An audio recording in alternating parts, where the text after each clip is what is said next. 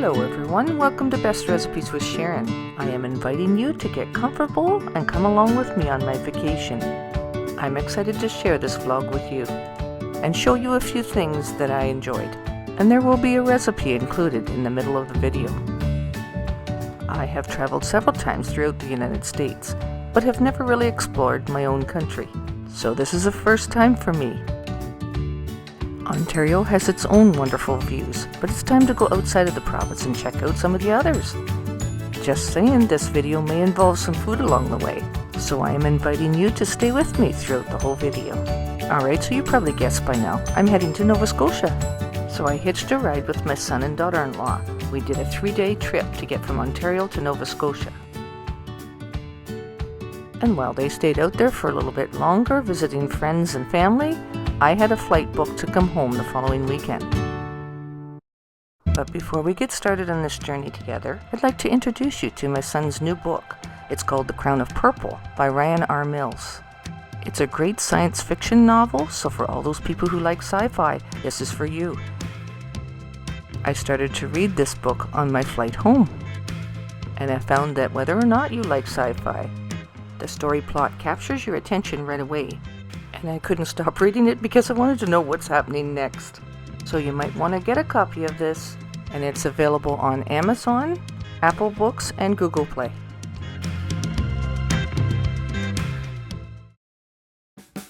Alright, so I've never had lobster before. Seriously? People eat these?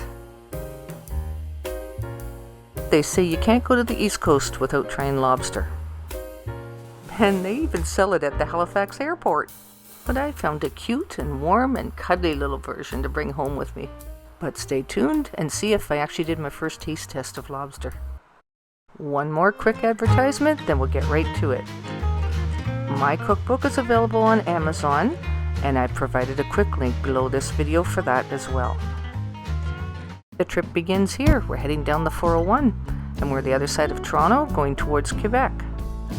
Their sign looks inviting, over the St. Lawrence River, and one of the first things I noticed in Quebec is the French signs, French only. While traveling here and not being bilingual, thank goodness we had a GPS, right? I found Quebec to be very beautiful, lots of mountains, and I don't know for sure what that sign just said, but I think I understand that one. Minimum 60, maximum 100. Wow, 2 speed limits. Oh, look at that. Tim Hortons is still Tim Hortons in Quebec. We rested and got something to eat in Drummondville. The weather was warm and breezy. We found a restaurant and got something to eat. And it's probably a safe assumption that I have to wait to be seated here. Some people were friendly and appeared to want to be in the video.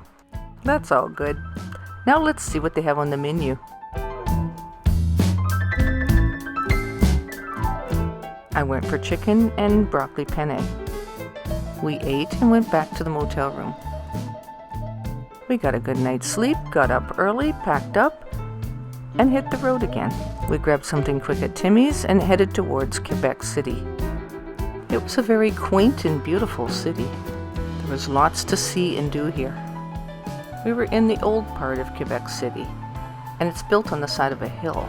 We wound our way down through the streets and got to the bottom of the hill, where there was the lake on one side and rock on the other side. We ended up finding a good place to park the car and walked the streets so that we would get a better feel for the city.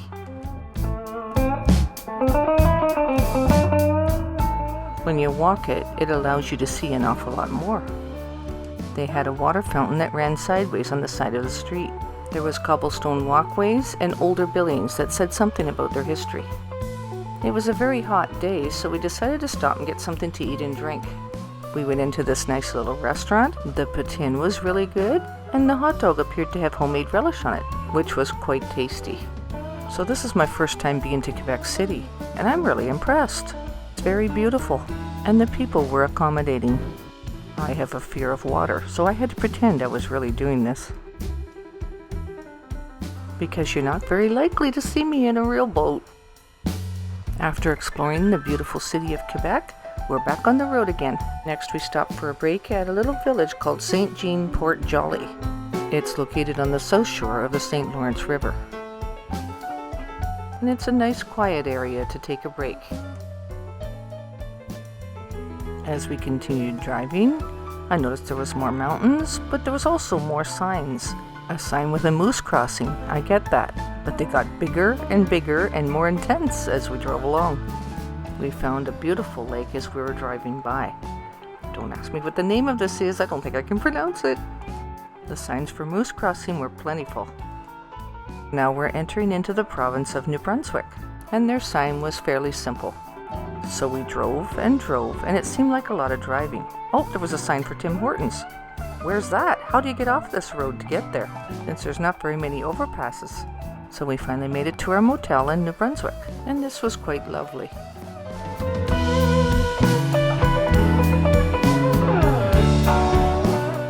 This was in Edmundston, New Brunswick, and a beautiful sunset.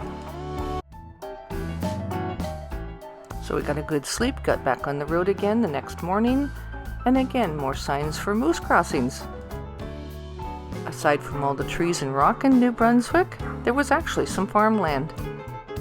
Back into the trees and rock, and a little bit wilderness-like.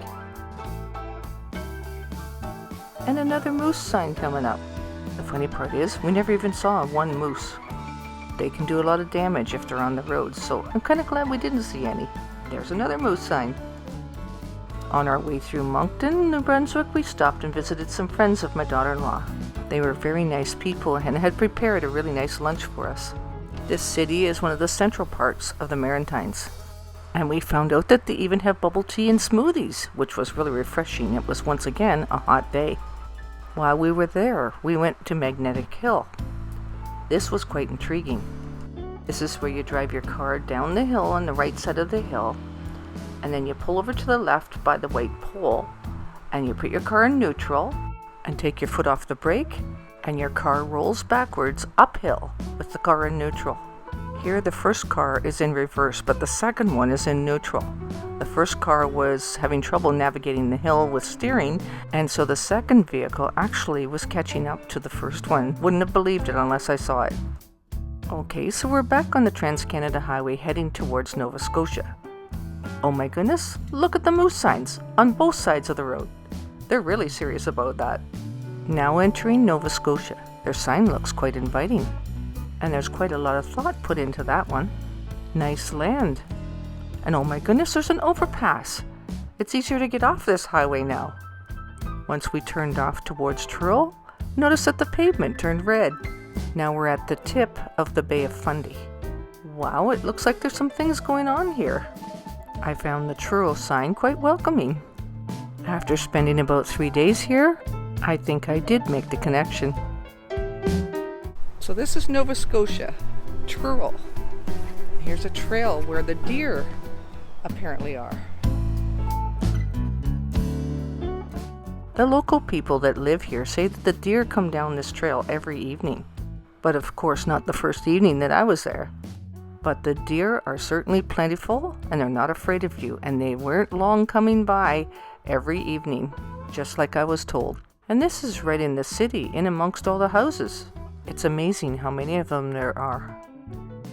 While in Truro, we went to a seafood restaurant called Murphy's. And they had lobster roll on the menu, so guess what? Sorry, little fella, but I've got to try this while I'm here in Nova Scotia. I'm not really sure about this, but I'll give it a try.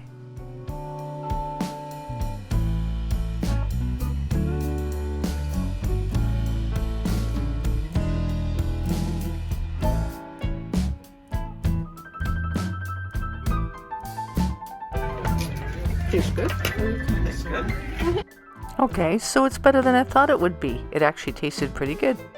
Alright, so we're just in time to see the tidal bore come in. So as I understand it, the tidal bore is the leading edge of the incoming tide, and it forms a bit of a wave that travels up the river, and it actually reverses the direction of the river or the bay's current while it's happening. I've been told by the locals here that the tide comes in every 12 hours and goes out every 12 hours. So every 6 hours it's either in or out. And when it does, it happens quite quickly. This natural phenomenon is quite mesmerizing. Well, I'm learning fast that the East Coast is full of signs and wonders, this really must be God's country, right? And once the tide went out, the adjacent rivers all emptied out as well.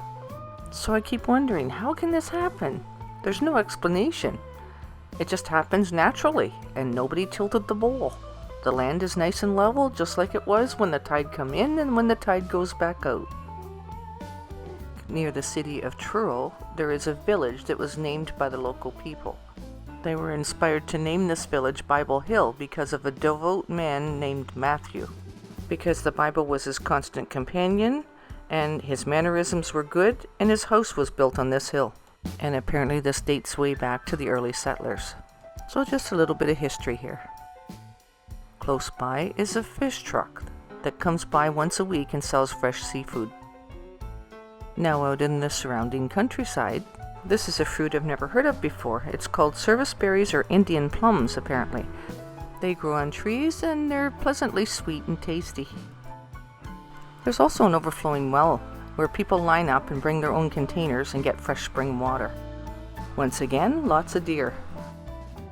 And we drove out where there's a lighthouse and you can climb to the top. This boat is actually a kitchen where they cook meals and you can eat it sitting out on the patio. And I believe the menu mostly consists of seafood. So do you think I climbed to the top? I sure did. It was a nice view, but... What do you think? This is high up. Yeah, you probably noticed I kept my back to the wall. It was high enough up for me. And one time after the rain, there was a double rainbow. And this area is near De Burt. Right beside this was a really decent market and gift shop. I believe that was called Masstown Market. And this market had some of the best ice cream I've ever tasted, especially the double chocolate mousse. It has a silky smooth texture and it's milk chocolate and white chocolate blended well together. We went there more than once while I was out there. Somewhere along the way we picked up a nail in our tire, so we didn't let that stop us. We changed vehicles and carried on. So we continued on up the other side of the Bay of Fundy and went to a place called Five Islands. And as we traveled along, we explored a few roads along the way. We came across some beauty that was just surreal. We couldn't help but just stand in awe of this. It was just gorgeous, and when the sun was on it, it was absolutely stunning.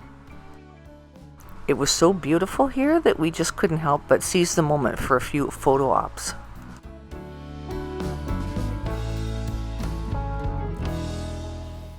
And there was lots of wild roses here. It was absolutely gorgeous. And I love flowers. We had a lot of fun here and a lot of laughs. This was kind of back in the middle of nowhere, so of course there was no food or restaurants, but it was beautiful and full of scenery. The clouds seemed very low to the ground, almost as though you could touch them. So when we got to this area, the tide was actually out, so we were able to walk along the beach and see what had washed up on shore. We could collect stones or shells, or check out the seaweed. This is what they call dulse. It's a dried edible seaweed. They have lots of churches way out in the country roads. We also found a nice little lavender farm down one of these country roads. And it also had a really nice gift shop. Alright, so I'm about to share another recipe with you. I'd like to give a special thank you to Alan and Pat, who made this while we were out there and also shared the recipe with us. Very good. And it's taste test approved. Good. The weather was quite hot while we were there, so when we had this, it was really cool and refreshing, and quite a welcomed treat. It's very delicious, and I'm sure you're going to enjoy this. So we'll prepare a few simple ingredients, and we'll get right to this. Okay, so start by placing 8 ounces of cream cheese in a medium mixing bowl. Also add 8 ounces of sour cream. Beat this together until it's really well combined and there are no more lumps. It should be nice and smooth. Add white sugar to taste.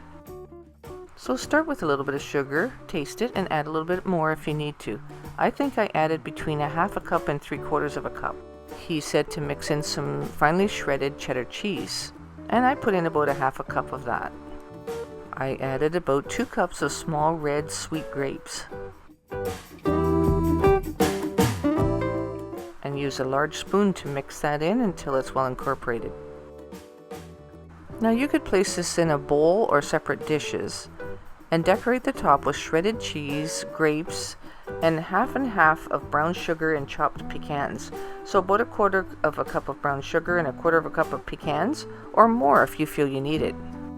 So I suppose it depends whether you're using it as a side dish or whether you're going to enjoy it as a dessert. So set this aside in the fridge to set for at least an hour, and it will thicken up a little bit, and it'll be cold and refreshing and absolutely delicious. So my vacation's not over yet. We're heading to Peggy's Cove. You can't go to Nova Scotia without going there, as I've been told. This is some of the views we had while traveling along that road to get down from Truro.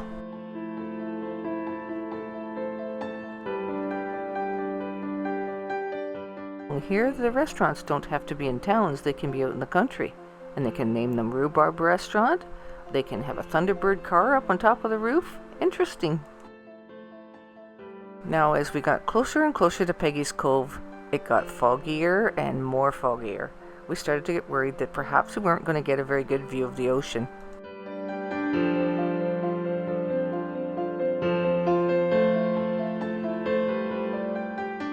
So when we arrived, we found a place to park, and then we walked throughout Peggy's Cove. And as the sun came out more and more, the fog started to lift. We checked out several gift shops along the way. There was lots of notes and large signs. And I noted this one really needs to be taken seriously. Apparently some people have been swept out to sea off of these rocks, just getting a little too close to the water. So they have built a lookout where people can get a better view. And in behind that is a restaurant and gift shop. And we also found that there was some live entertainment. This is Peggy's Cove. So was I here? Yes, I was, up live and personal. And some people wanted to hang on to the live lobsters. Not me. For lunch, we went to Peggy's Dogs. She had a barbecue on the edge of the street and she was kept very busy. We had a foggy doggy. So on our way back through, we checked out Halifax and went down by the harbor. There was all kinds of activity going on down here. They even had the harbor hopper that you could go and take a tour on if you wanted to. It would drive on land and on the water. We tried out some beaver tails. They even had some kind of a festival going on down at the waterfront. There was nice looking water fountains, lots of bridges, and older buildings. It was a nice sunny day and the water was calm. We were all through this area just 2 days before the storm hit, and the people of Nova Scotia suffered one of the worst flooding disasters they've had in years. God help these people recover from all of this. This all started happening just as I was about to fly home. So my flight didn't get cancelled and we headed to the Halifax airport.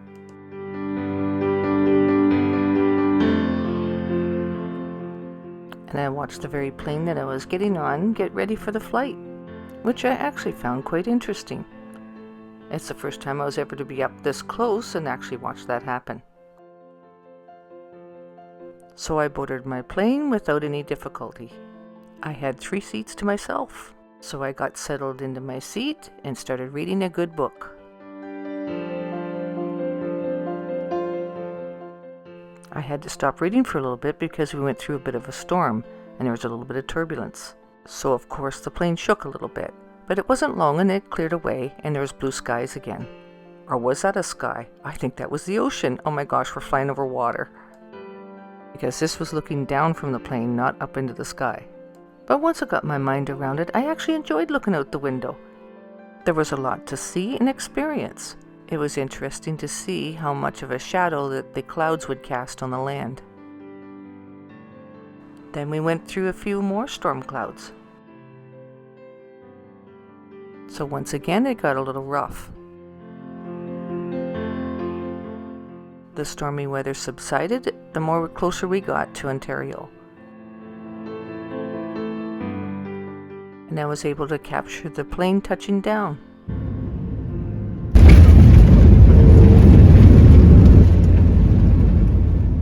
I arrived at Kitchener-Waterloo Airport right on time. It was about a 2.5-hour flight.